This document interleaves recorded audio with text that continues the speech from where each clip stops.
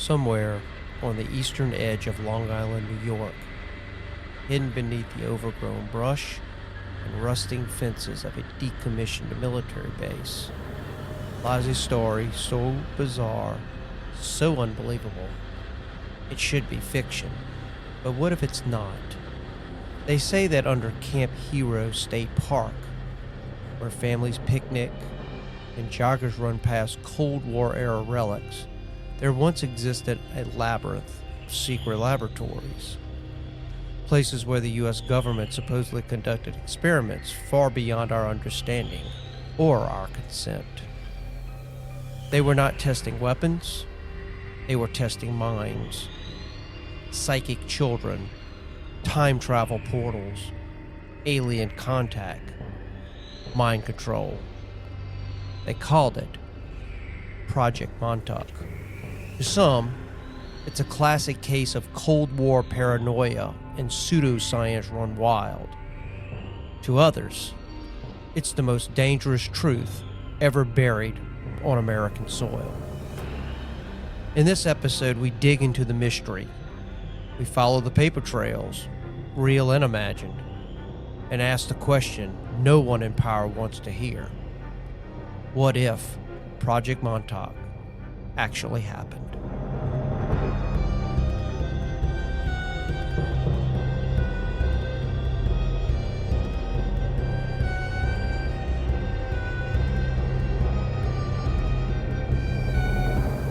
Welcome to the Retrospect podcast, a show where people come together from different walks of life and discuss a topic from their generation's perspective.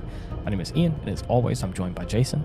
Hello, everyone. And we got Stoney back. Hello. How's it going? How's it going, guys? It's going pretty good here. Hell, Stone is back. Yep. I was really looking forward to getting your take on last week's episode. So I'm curious in the future. I would kind of be interested in doing some sort of evolution of that. I think because I think that you would get a kick out of that. We can do that. So I think I made that suggestion, and I made that for that episode specifically with you in mind. Mm-hmm. And so when I heard of all your stuff, I was like, man, I'm actually kind of sad because I was really looking forward to getting you on the episode. But it's good to have you back, though. Thank you. Glad especially to be back. for an episode like this.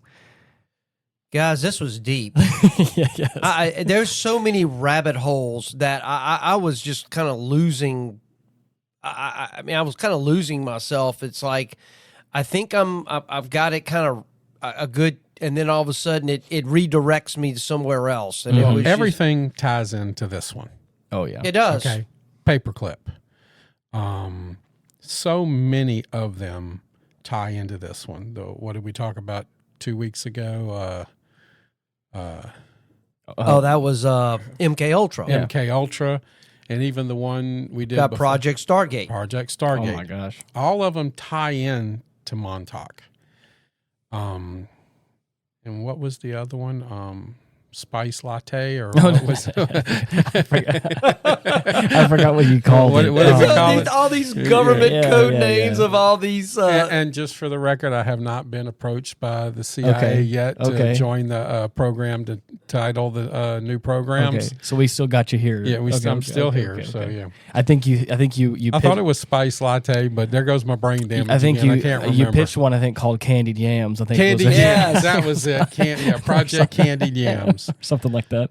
So, but it's interesting because one of the big things right now in my research that I pulled out, and let me scroll down here.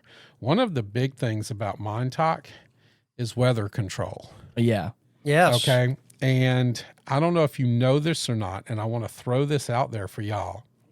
Tennessee recently enacted legislation aimed at prohibiting certain atmospheric activities, which some interpret as addressing concerns related to chemtrails. Did you know this? Mm-mm. They passed a law. Governor Bill Lee signed into law Senate Bill 2691, also known as House Bill 2063. This legislation prohibits the intentional injection, release, or dispersion of chemicals, chemical compounds, substances, or apparatus within Tennessee's borders into the atmosphere with the express purpose of affecting temperature, weather, or the intensity of sunlight.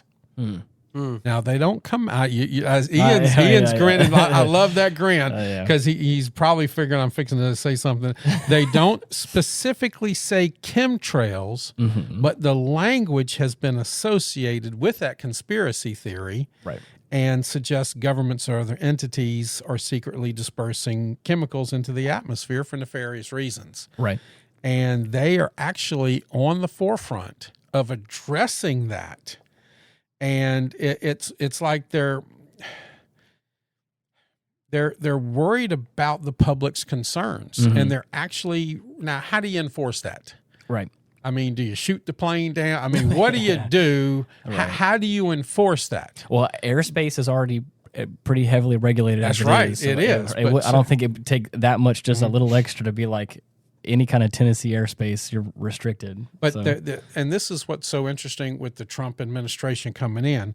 This legislative move by Tennessee reflects a broader trend where state governments are responding to specific public concerns, whether scientifically substantiated or not, about environmental and atmospheric interventions. So this is a state saying, we're not going to allow this kind of stuff to go on. Who's going to follow suit next, do you think? I don't know. I'd kind of like to see Louisiana follow suit with Right. Governor Landry passing the law, I mean, days into taking office, about the World Health Organization and what was it, the World Economic and WHO have no and the United Nations have no jurisdiction in Louisiana. Well, you speaking of chemtrails, you mentioned Tennessee. There actually is a bill in the Louisiana legislature right now dealing with that very topic. Really? Yes. Oh, wow. See, I called There it. you go. I called it. Didn't even know. The reason I know that, because I was reading an article, I forget, it was on Facebook or something like that, where, and of course there are people that are very critical, feeling like Governor Landry's wasting his time because, there's an element of the population who think all that's BS anyway. Right. So, but there actually is a bill right now. I don't know what it is. Maybe you can go to the Louisiana legislature website, pull up bill search, and put in chemtrails, and it'll probably pull it up. Okay, so Tennessee's not alone. No, it's Tennessee's not alone. They're not. No, there is one. I'm very certain that I read that like within the last few days. And it's interesting that Tennessee and Louisiana are actually using their time in the House and Senate to do some interesting bills. Have you seen one of the latest bills coming out of California? Let me find this, and I want to share this with y'all if I can find it fairly quickly. It's about the school system. Have you seen what California has now done? Mm-mm. Gavin Newsom's California is planning to implement a new grading for equity program. This program will eliminate homework, eliminate weekly tests, allow for late assignment hand-ins, allow students to skip class without affecting grade, getting an 80 is an A, and allow students to pass as grade as low as 21. Wow. Now, see, when I was in school, a 92 was an A. Not a 90, a 92. Right. And now they want to make it 80? Oh, well. Goodbye education in California. Well, I think that's that's the whole fight with education right now, but neither here nor there. But when you think about when they're passing laws, sounds like Tennessee and Louisiana are trying to do at least what the constituents want. Have you been able to find it, Ian? No, not effectively. I found a lot of articles and things talking about it, but I haven't found the actual. I found a lot of. I'm trying to get some more information, but it's saying that on May 29th, so it's very recent. Like you're talking about that, this was that. This came up exactly. So, but yeah. So, this Montauk Project, guys. I mean, there's so many different things that kind of, as I said, are kind of rooted into this kind of umbrella here. But we all know the famous Netflix Yeah. series came out in 2016 called Stranger Things. And Well, its original title was supposed to be Montauk. Montauk. Yeah, exactly. And they changed it to Stranger Things. It was inspired by the supposed events that occurred. I found this topic quite interesting. I really enjoyed doing some research on this, but it's another one of those we can really only give you the 10,000 foot view. And if you want us to go into it deeper, let us know, because to go deeper, it's going to take weeks to prepare for that show. There's a lot of information. There's a lot of threads with this, but just to kind of give our audience a kind of an overview of what Montauk is. Montauk was a military base. It was an Air Force base on the eastern end of Long Island, Montauk Island. It was built during World War II. It was built disguised to be like a town, but it had guns. It was supposed to be a fishing town, right? And it's supposed to be something where it was a base to protect the eastern coast of the United States. They even painted windows and doors on the there was a lot of fire, smokestacks and stuff. A lot of German U-boat activity in the Atlantic, and so that was a defense against that. And Camp Hero. Camp Hero. They built a what's known there as the big radar tower. Mm-hmm.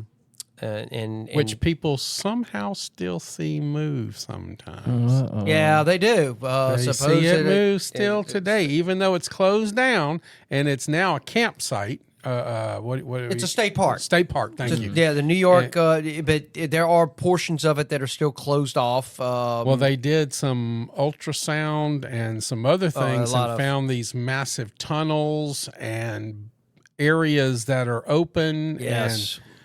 And it's very interesting. Well, yeah, it's this really has its roots in another famous project incident. The Philadelphia experiment. Exactly. I could hear it on his voice. Yeah, it really dates back to 43. Right. Supposedly, and just everybody know about the Philadelphia experiment. If you don't know, Google that.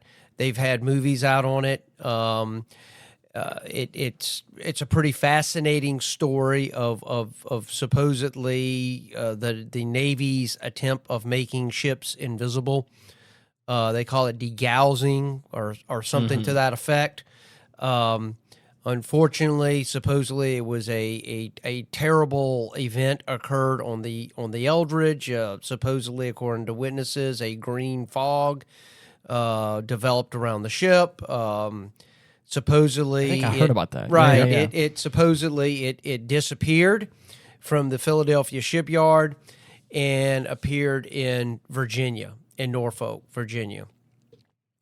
The problem is where it really gets weird is supposedly people supposedly saw the Eldridge in Norfolk, Virginia about several minutes before even the experiment began in Philadelphia, which then kind of brings in the whole thing of time travel and time slips and stuff like that. So supposedly the ship comes back. There's some horrific stories of sailors going mad, seeing things, fused, their bodies fused to the ship. Just some stuff straight out of science fiction. Yeah. And but regardless, supposedly the teams and resources that were dedicated to that that was moved. The survivors. And they were moved and they were reclassified on another program called Phoenix 2.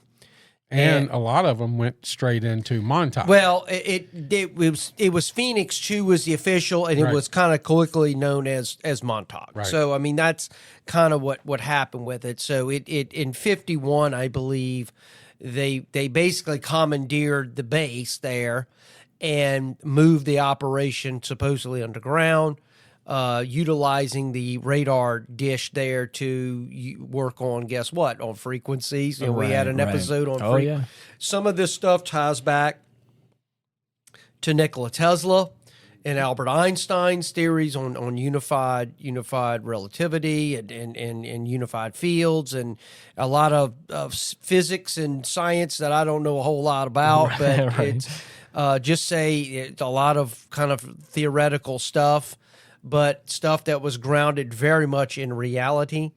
So a lot of this starts taking. They start doing some experiments from the base. Right. Now, how does this story come out? I mean, what's the nexus to the modern times now? How did people find out about this? Because there's always one thing that like trips up.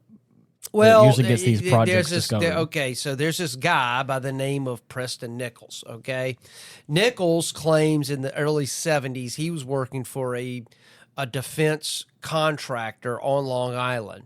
He had gotten a grant to study telepathy, and he was working with a number of psychics, supposedly, and he began to, according to what I've been able to find, he obviously with much success. Right. Unfortunately, he noticed that at a certain time every day, his psychic subjects would basically be, for all intents and purposes, blocked. Didn't know what was going on. Right.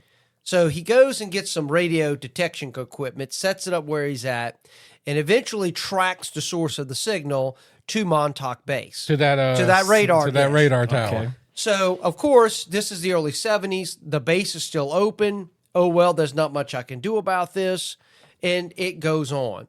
3 years later, these experiences continue and then eventually end. A friend of his then later on calls him and says, look, that base is closed now. You need to go check it out. Okay. So he goes to this closed up base. He goes there, he's walking around there, and he runs across this homeless guy living in one of these buildings. And the homeless, he's inquiring, like, what are you doing here? What's going on? And right. The homeless guy recognizes him and goes, well, you're the deputy director of Project Montauk. He doesn't know this. Okay. So now he's sitting there with his, going, yeah. What do you mean I'm the deputy director of Project Montauk? He never worked, according to him, he had never worked there at all. So thus begins the mystery of Montauk. And he brings in eventually, I think, a friend of his, another psychic, I think in 84. They start walking around, and all of a sudden the psychic starts like knowing exactly where to go here, starts recognizing landmarks, where certain places were within the building. Right. Then all of a sudden, through working with him, he realizes he's got these repressed memories Wow. of him being at Project Montauk. Now, the homeless guy, he says he fled when the building came under attack by this strange beast. Oh, no. Yeah, and it tore the place up, killed a bunch of people, supposedly. I think anybody watching Stranger Things would probably recognize that Parallel, that parallel there. So, but you see, that's not the only parallel. no, there's not. I'd like There's to more. bring you to July 12th, 2008. That day familiar with anybody? July 12th, not to me. Is that the Montauk Monster? That is the Montauk Monster. Yes. On that day, a group of women, including Jenna Hewitt, stumbled on a strange decomposing carcass on the beach at Ditch Plains, New York. And they found a hairless with a beak-like snout.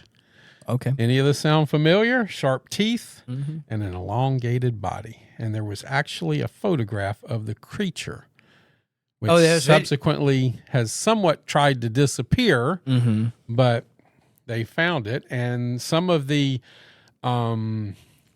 speculations and theories is the government experiment gone awry with Project Montauk on the Plum Island Animal Disease Center. That's right. It's right there by there. Yes. Some people think it was a cryptid or an unknown species, but most people are lending toward the Montauk. Okay.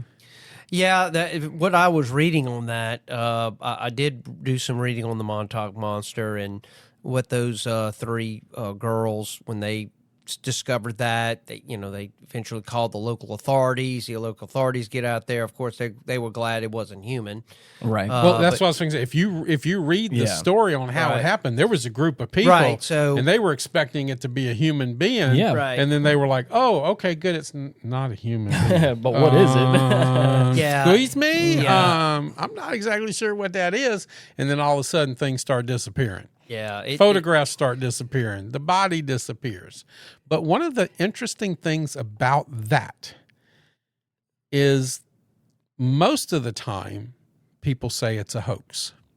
Well, of There course. was very little hoax talk about the Montauk Monster. There was a little because there's just enough skeptics out there. But most of it was pointing straight toward Montauk.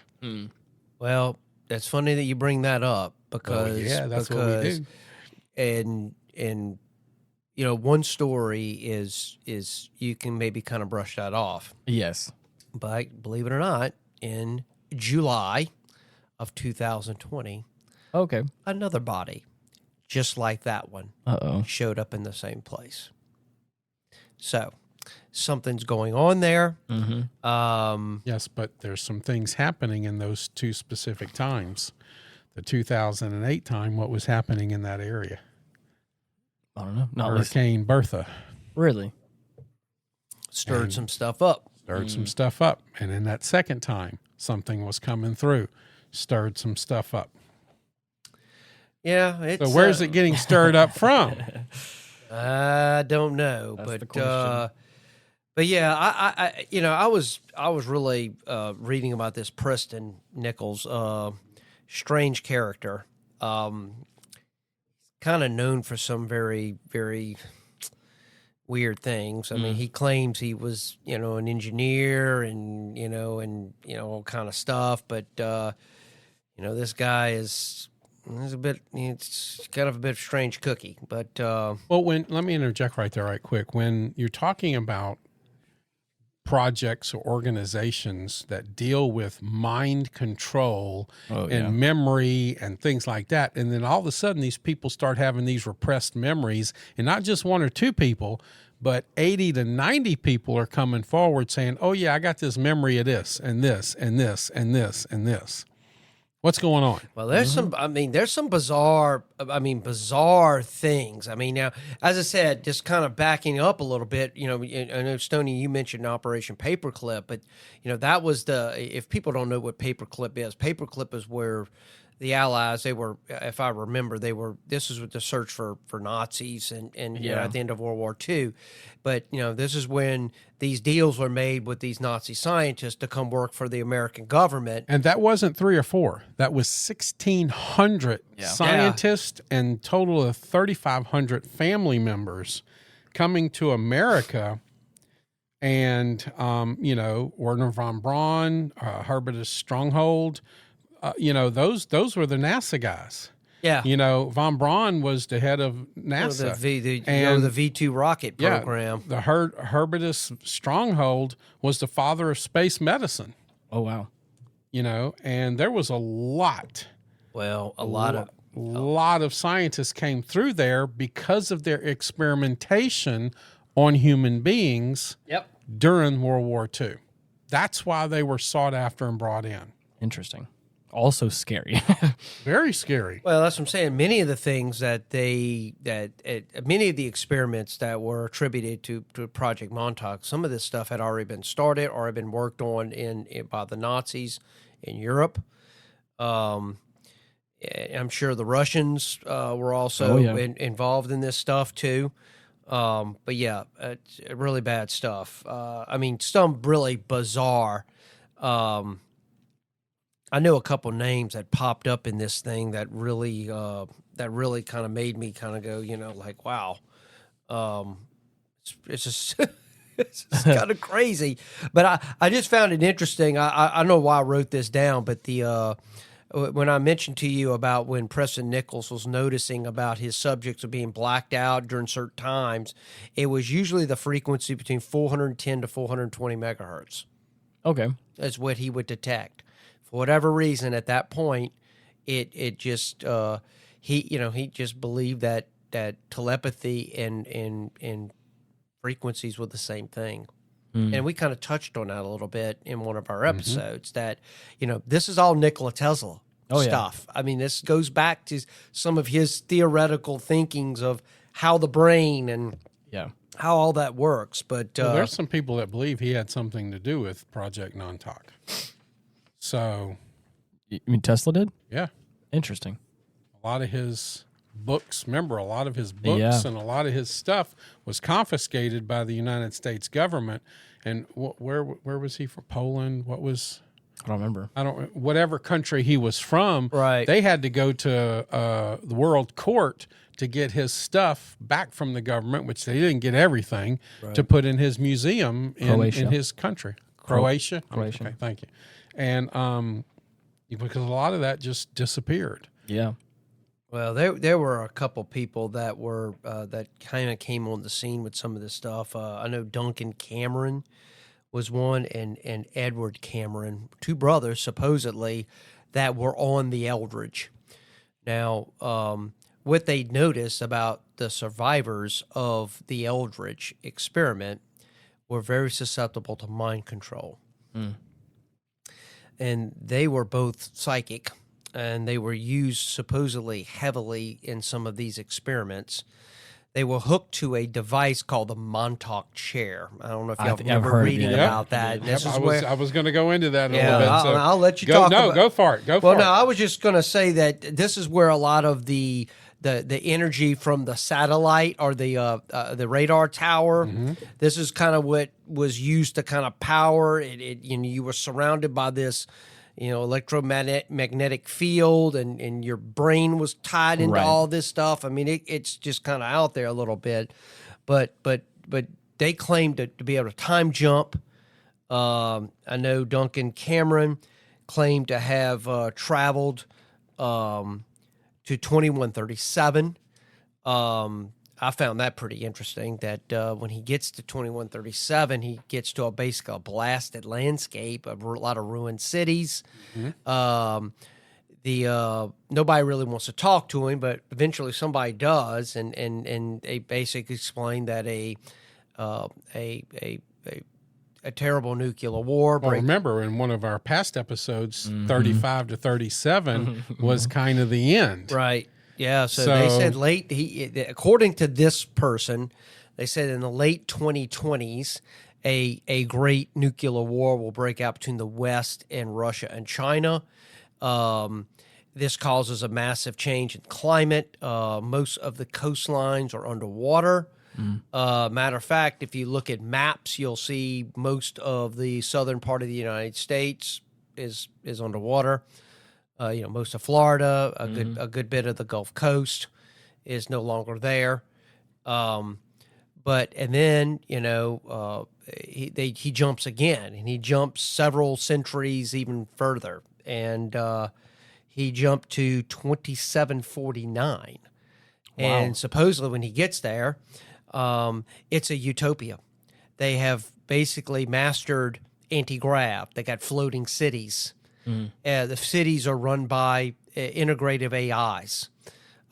Most people are no longer, there's no longer, you don't have to work. It's all your needs are taken care of. But then he zips back. But the funny thing is, supposedly when the two brothers are on the Eldridge, and all the green stuff, they jump off the ship. Well, instead of landing in the Atlantic Ocean, they land on Long Island, New York, except it's not 1943 anymore. It's 1983. Wow. And the scientist they had left behind shows up, meets them, and says, we have a lot to talk about. Oh, man. Sort of like, kind of like the old movie, The Final Countdown. Oh, my God. That was a great movie. That was a great movie. And have you ever seen that one? I think I have, yeah. But that's but crazy yeah, to think about. so he explains to them what had happened. They had jumped 40 years in the future. They don't know what the world's going on, but they basically says you can't explain, you can't talk about this stuff. Well, unfortunately, as a result of this, because of them jumping in and out of time, supposedly it created all these paradoxes and these wormholes and basically space-time gets messed up. And they say, look, you've got to go back to the time of the Philadelphia experiment, and you got to sabotage the experiment to prevent it from even happening. He goes, and in the process, I'm gonna give you a code word, and when that happens, your subconscious is going to unleash a monster, and it's going to destroy this place and kill all of us. That way, there's no evidence that this ever happened, because obviously reality is unraveling. That's kind of what I pick up. But I mean, just really bizarre. Yeah. Sci-fi stuff. I mean, really sci-fi stuff. So it's. But more we talk about this kind of stuff, it's not really sci-fi anymore. Oh yeah. No, it's real. I look, all this stuff. I mean, it's easy to say that this is all BS. I get that. But I think our listeners have heard enough now that all of this stuff is grounded in reality, because with Project Stargate, MK Ultra, all these things were real. They've come out, they testified in Congress. They're starting to come out and talk about UFOs now, where it was in the realm of science fiction, and people thought it looked like you were crazy when you were talking about you. Well, they're having congressional hearings now about it. So obviously there's some truth to this stuff. And so none of this really surprises me. I believe our government has been involved in trying to push the envelope with some of this stuff, because I'm sure our enemies are trying to do the same thing. But one of the envelopes, it's claimed that in some advanced experimentation in time travel and dimensional portals, that researchers at Camp Hero, Montauk, inadvertently made contact with extraterrestrial civilizations. Yes, I saw that. Supposedly, these contacts weren't accidental. Certain experiments were allegedly designed to intentionally open portals to other worlds, allowing both communication and physical interactions with non-human intelligences. Well, supposedly that Duncan Cameron, he actually traveled to this world, because they supposedly say through the mind and through what they were doing that they could actually visit any planet. And one of your Preston Nichols, claimed, he was one of the big claimers that alien technology could have been retrieved from some of the crash sites in that going back and forth. Wow. Yeah, so all of this is intertwined. It's all intertwined. It's interesting. Yeah, Preston Nichols in '92 published a book called The Montauk Project, Experiments in Time. And in that book, that's where he claimed to have recovered memories for working on secret government projects at Camp Hero during the 70s and the 80s.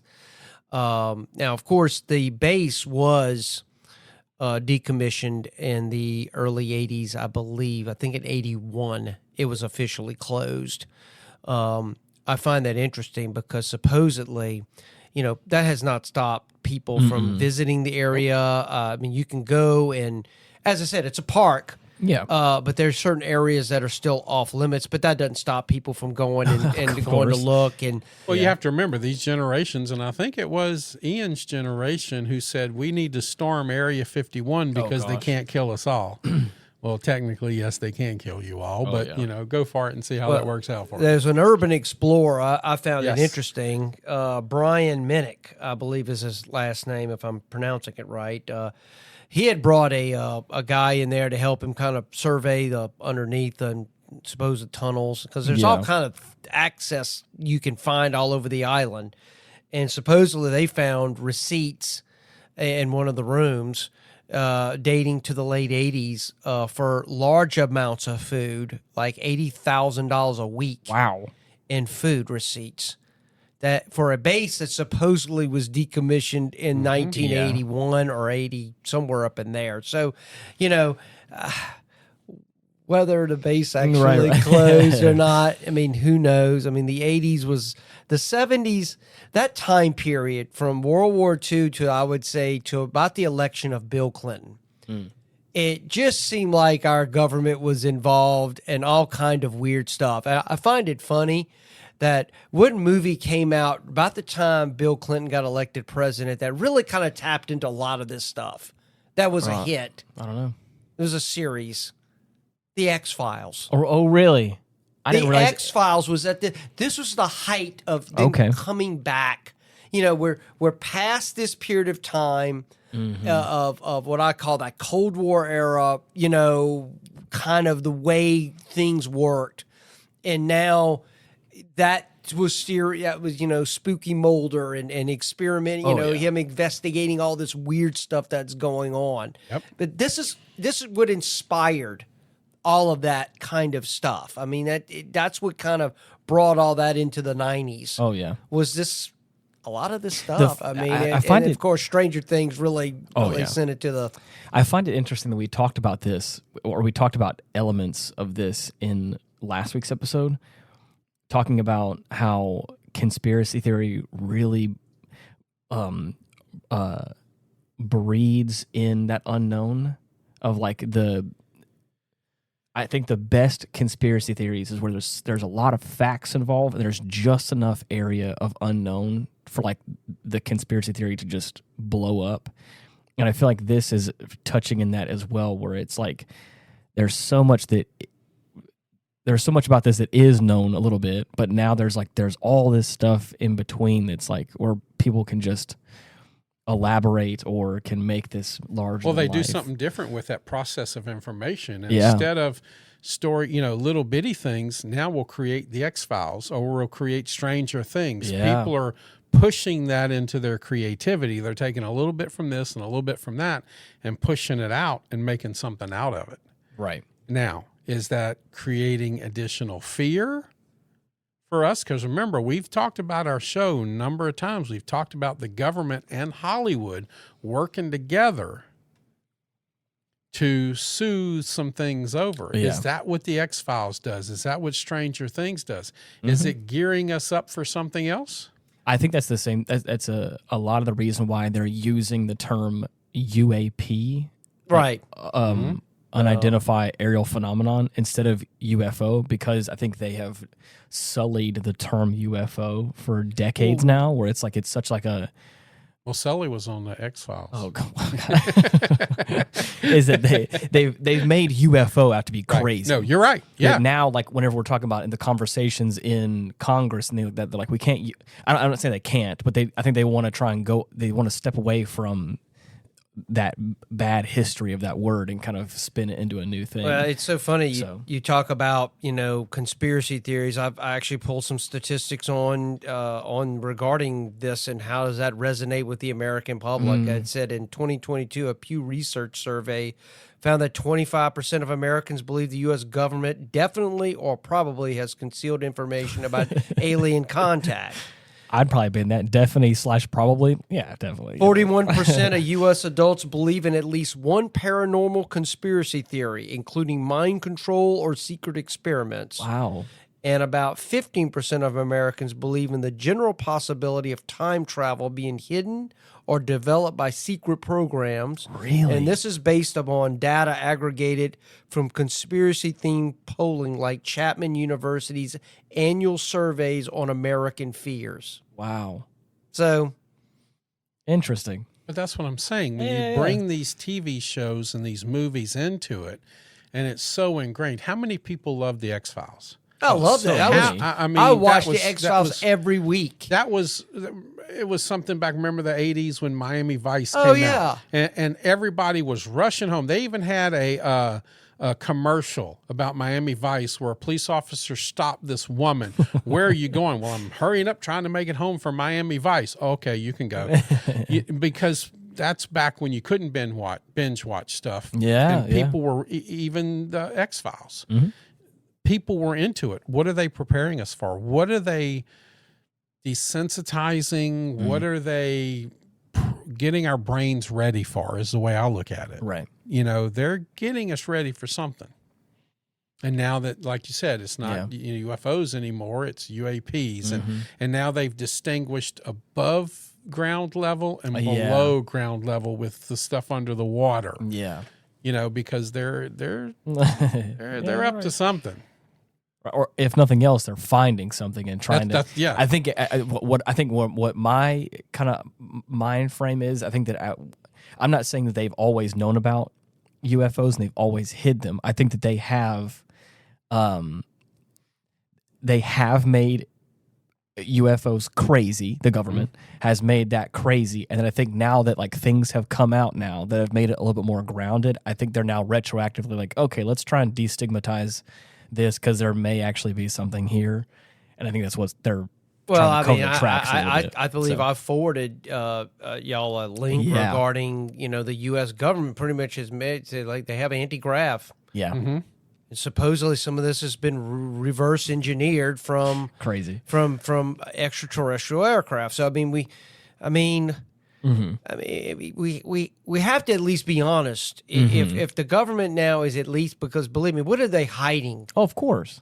What they're not telling you. Yes. If what we get is surface level, what is beneath the surface? Exactly. Yeah. I've always said, the government tech is about 25 years in advance of where we're using right now, and nothing's really changed my mind regarding that. I believe there's layers of this. I do believe that. I do believe they've experimented with all these things that we've discussed. Y'all remember when I got the new eyeballs? Yeah. Right I remember before that. the You accident. told me that story. Yeah. Did I say it on the air? Yeah, you did. Yeah. I'm going to say it again because it fits. We paid a lot of money for these eyeballs. Of course, yeah. Even with insurance. And it's not real whole eyeballs. I got new lenses and some other stuff put in. But I asked the surgeon, I said, I'm a trained shooter. I'm a sniper. I said, if I'm paying this amount of money to continue to be able to shoot 1,000 to 1,200 yards, I said, how much could I pay to shoot 2,000 to 2,500 yards? And he said, oh, you're goofy. You can't do that. He says, but if you wait about 10 or 15 years, that technology will be there. Yeah. And I says, wait a minute. You don't know this, but I'm the co-host of a podcast, and we deal with some conspiracy theories. And if you're telling me that I can have it in 10 to 15 years, that means some MFers walking around with that shit right now. Yeah. And he kind of rolled his eyes up and says, I don't know what you're talking about. And I'm like, wait, what? Yep. Wait, what? I want it. I want it now. You got to pay a lot of money for that. Ooh, or you got to know somebody. Or you got to know somebody. Be in some Project Montauk or Candied Yams. Hey, maybe that's Candied Yams. Yeah, it could be. Yeah, this stuff is, they really, guys, Camp Hero State Park, I'm reading some here, they still receive tens of thousands of visitors per year. I don't mean to derail this, before we get too far, I feel like if we're going to do some sort of eyeball secret project, I think it should be carrots. Okay. I feel like we should do Operation Carrots or something. Okay. To I don't know. For the eyes? Start our own secret project. Yeah, Project Carrots, or whatever, and it's like our secret eyeball experiments. Sorry. No, it's just, you can go right now to Camp Hero State Park and go walk around and you'll see the radar tower and maybe you'll see it move. You may see it move.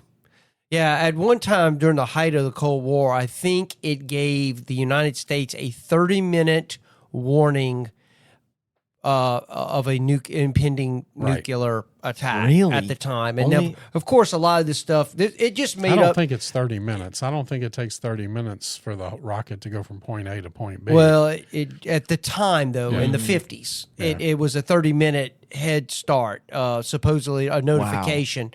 Wow.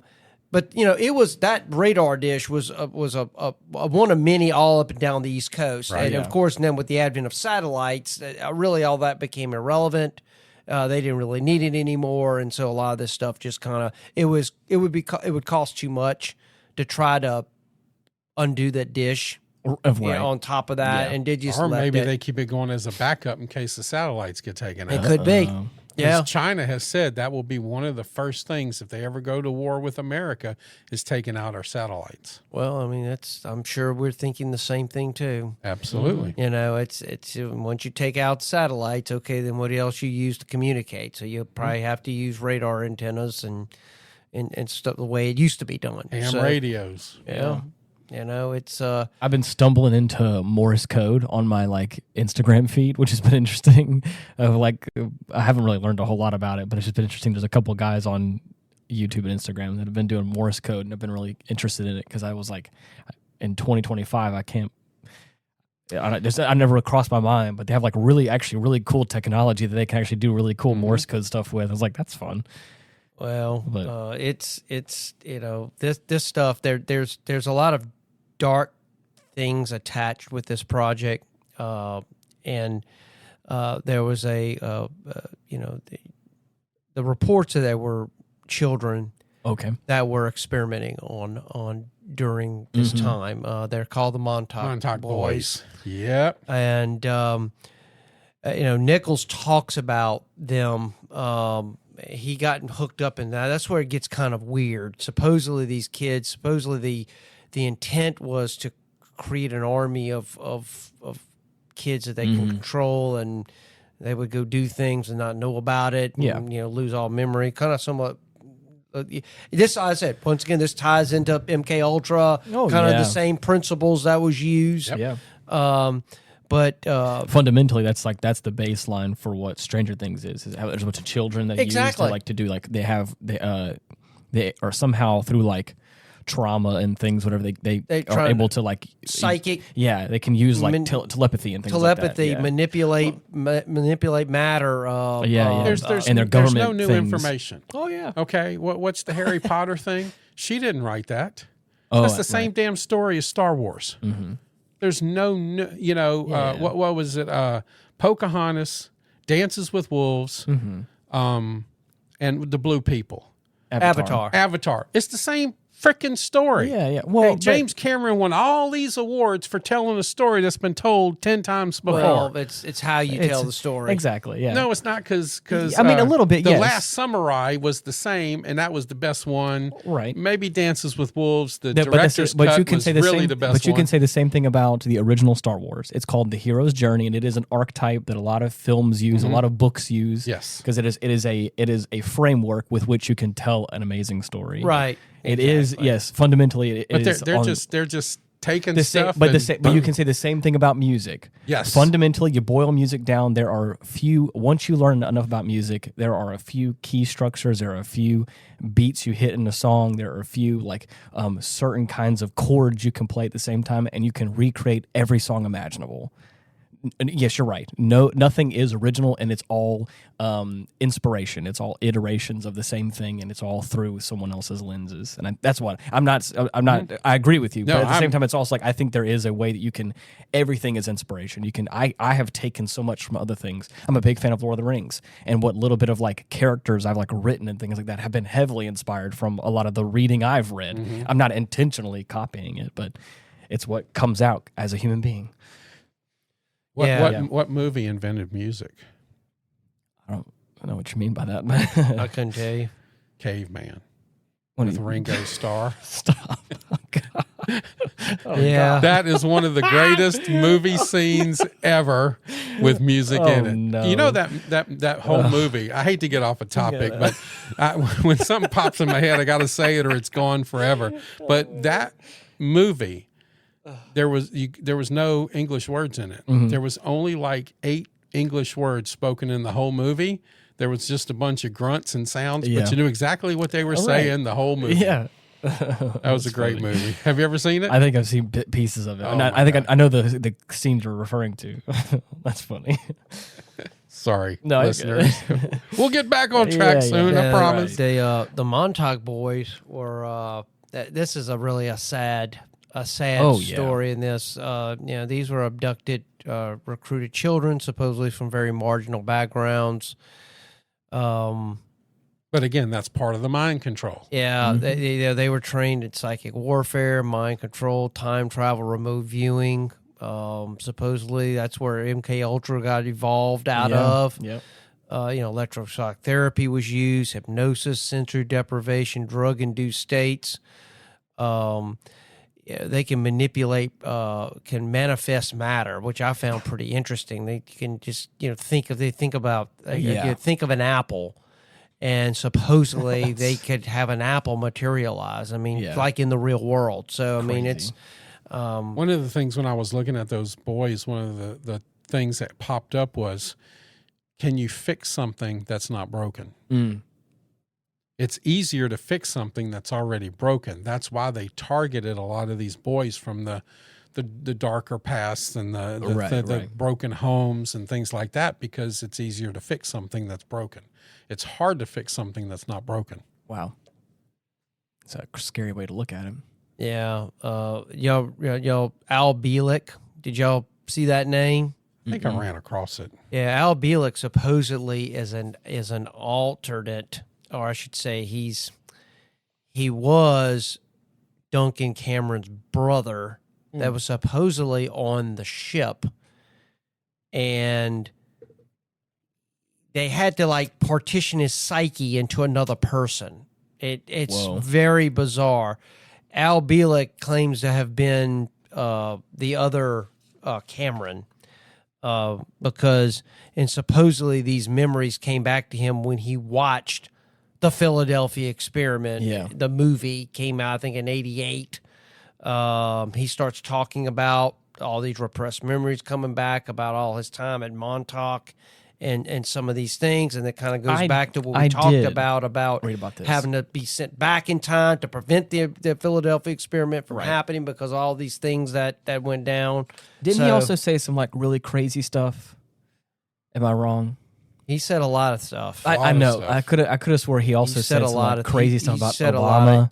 He had a crazy stuff about Obama. He said a lot of things. Yeah, I suppose. I think. Did he say Obama was the lizard people? I don't. That's what I'm saying. It's I remember. Well, supposedly, according to one of their travels that they visited, that the planet actually was inhabited by a lizard race before human beings came about. Yeah. So, there's a lot of things. Look, I mean, I have no idea. Oh, yeah. I mean, literally, as I said, this is really, some of this stuff was just crazy. Mm-hmm. But I don't want to adopt the it's all crazy. Right. I don't look. There's a lot of stuff about our own reality that we do not know. Yes. And I think sometimes it's easier to kind of, I've created my box. Mm-hmm. This is my reality, and I'm happy here, and I don't want to push the edges of that because I'm afraid where that might lead me. Right. Mm-hmm. And I think for a lot of these there are people that push the box. Right. I really do, and I do believe that when it comes to time travel, extra, other non-human intelligences that might exist out in the universe. Yeah, I'm very much open to the possibility that we just have not figured out ways to do that kind of stuff yet. Right. Of course, now that's frightening, the idea of time travel, because that's the one thing. If you can go back and change anything, you don't know what you're affecting, how that plays out in the future. And just like I said, with what supposedly what happened with the whole Philadelphia Experiment, these people started jumping through time and causing all these problems, and it just, the whole thing starts kind of breaking down on a with the physics, I guess if you want to call it that. Yeah. Starts breaking down. So I do believe that there are a lot of tragedies. Now, there were some very disturbing things, because supposedly some of these boys sought out Nichols. Okay. With this stuff, and supposedly he brought them into his house to supposedly to deprogram them, but the way of going about deprogramming them,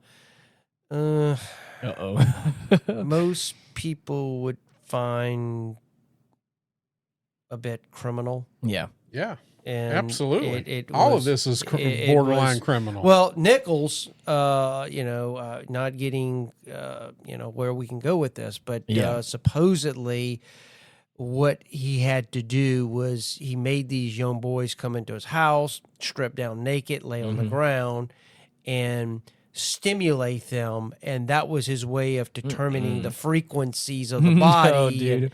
Just some really bizarre yeah. stuff. Now, supposedly he stopped doing that in the late 80s. Right. But, I don't, when I was reading about that, I'm like, I don't know about that. I think that's a little beyond the pale. Oh, yeah. Some of these people have to be kind of looked at in a way that, I don't know. But once again, you're presented. Hold on. What if he was programmed to do that, to cast enough shade to where now he's maybe not as believable? And I'm very aware of that. Matter of fact, supposedly one of the chief guys, one of these kids that came, supposedly when he got there and was going to went through the experience that I just explained, his repressed memories came back, and he was supposed to kill him. Oh, wow. And destroy all his stuff in his house. Mm-hmm. Wow. What if the kids were programmed to come back and say that about him? Right. Yeah. That's where you just a lot of what ifs. Yeah. What ifs. Yeah. There's a lot of what ifs on this, and as I'm saying, there's these videos that talk about Project Montauk. They've got a lot of good ones. They really go into a lot of in depth, but there's a lot attached to this. I mean, you got Philadelphia Experiment, you got Plum Island, you got MK Ultra, you got Project Stargate, you got another one we haven't talked about, the Gateway Experience. Okay, we haven't done that one yet. Okay, that's another one dealing with time travel and time slips and crazy that kind of stuff. So maybe that'll be another episode we can do sometime. Well, it's not that far off. The Nazis had the bell. At the end of the war, they were experimenting with the bell, and that was supposedly a time travel instrument. Yeah, that's what I'm saying. If they were into it, I mean, there's no telling. The Nazis were fascinated with a lot of that, what I would call that strange and unusual stuff. The occult. Yeah. I mean, you talked about looking for the Spear of Destiny. Yeah. They had it. I think that's what we talked about with... When the Allies got the Spear of Destiny was the day Hitler supposedly died, when they got it back from him. I think we talked about it on one of our previous episodes. I don't remember. Well, I think it was one like this where I think it was a lot of that the Nazis were doing that I think caused America to look into a lot of this kind of paranormal type stuff, because it was like, we got all this. I mean, we picked all this. I mean, we talked about it with MK Ultra. Some of these people that were involved in this program, they actually were at the Nuremberg trials. They talked to these Nazi scientists. This is what this is what we were doing. Yeah. So of course, let's take that knowledge and bring it back over here and see what we can do with it. So, I mean, the only difference is we're not killing 6 million people, right? But that kind of justifies the continued push into these subjects, and I would venture to say it's probably still going on to some degree. I believe it is. Some of this stuff is contracted out. That's why the DOD can't pass an audit. That's why these black budgets exist. We don't know where money's going. Yeah. I think up until some of these other things that we have a lot of sticks in the fire. Yeah. And maybe by design. So Wow. How interesting. Man. This was, like you said, this is definitely one of those topics that you can go into some rabbit trails and some really scary territories. Well, unfortunately on these, the rabbit hole has a rabbit hole. Of course. Which has a rabbit hole. Yep. Which has a rabbit hole. Which has 2 rabbit holes. Which has another rabbit hole. Well, I think it reminds me too of when we talked about JFK, that whenever all the files came out, like anything that even sort of touched the JFK stuff had to be released, because it was all part of the same thing. Even if it was just like receipts of oh yeah, I got your stuff, whatever. Like it was everything had to be released. So I can only imagine what all has touched this project in some way, shape, or form, and how how far the web goes. Yes. So And it's and how many other projects came about it or were inspired by it, and what all, and who knows what. The thing about talking about these episodes I find interesting is that this is all the stuff that we know as of right now. this is old stuff. But what kind of secret projects will we learn in the next 15 to 20 years that come out that are happening right now that we don't know about, and what all is going to be, revealed because of it. So anyways, that's it's really cool. As we normally say, what? Are we going to say something? No, that's just it's just, where can this go? Yeah. We want to hear what you have to say. So if there is any suggestions that you have, if there's any comments you want to leave, we have comment sections on Spotify and also on YouTube that you can give us your experiences or what you want to say there. We also have the email address, getoffendedtogether@gmail.com. We also have the website. Yep, retrospectpodcast.com. Yep. And with all that being said, thank you so much for listening. Bye-bye. Goodbye, everyone. God bless. As we wrap up today's episode, we leave you with a question that bridges not just generations, but the past, present, and the future. If you were in charge today, would you bring in scientists with dark past for the sake of national security? Or have we moved past that kind of moral compromise? And perhaps most importantly, what do you think our kids or their kids would think of that choice? This is not just about looking back at Operation Paperclip or the legends of Montauk Project. It's about confronting the hard truths of human history and the difficult decisions we may still face in the future.